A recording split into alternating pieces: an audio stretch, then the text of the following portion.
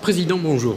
Bonjour. On vous rencontre aujourd'hui au lycée Renoir à Brignoles. Vous annoncez la nouvelle édition de la foire de Brignoles. Quelles en sont les grandes lignes? Alors, cette vieille dame va avoir 89 ans, 89e donc édition.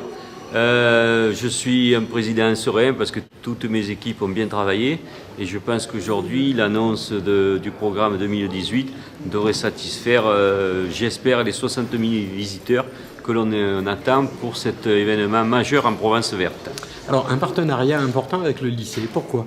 Alors, on a souhaité que les jeunes de Brignoles, les jeunes de la Provence verte, s'approprient un peu la foire, la connaissent et disent, amènent un esprit jeune, un esprit de fête pour cette édition. On a déjà fait ce partenariat l'année dernière, on le reconduit cette année.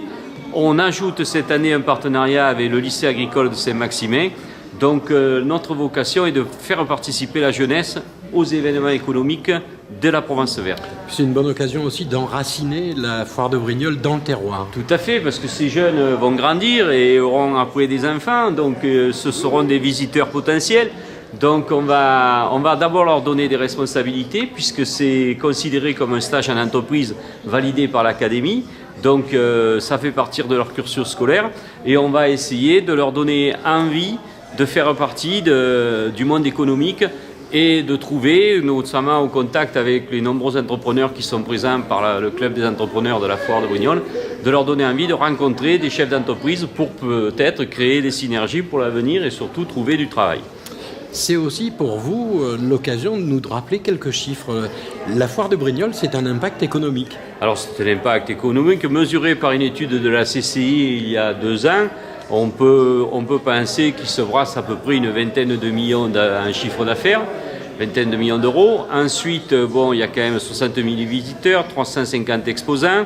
Nous avons des restaurants, une nocturne le vendredi qui devrait attirer. L'année dernière, on a servi plus de 2 000 euros par le soir.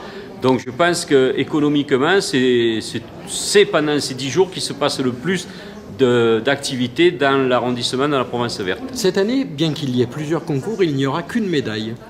Oui, alors là c'est un choix arrêté, on a voulu valoriser notre médaille, on a voulu d'abord professionnaliser les concours.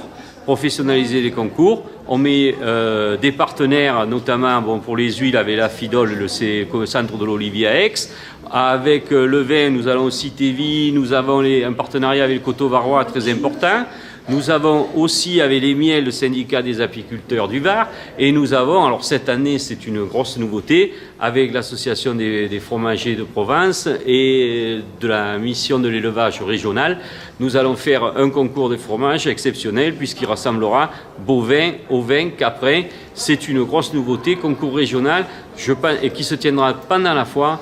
Je pense que ça va attirer beaucoup de personnes intéressées par l'art culinaire. Eh bien écoutez, il me reste à vous souhaiter une bonne édition de la foire de Brignoles. Je vous dis à très bientôt. Merci.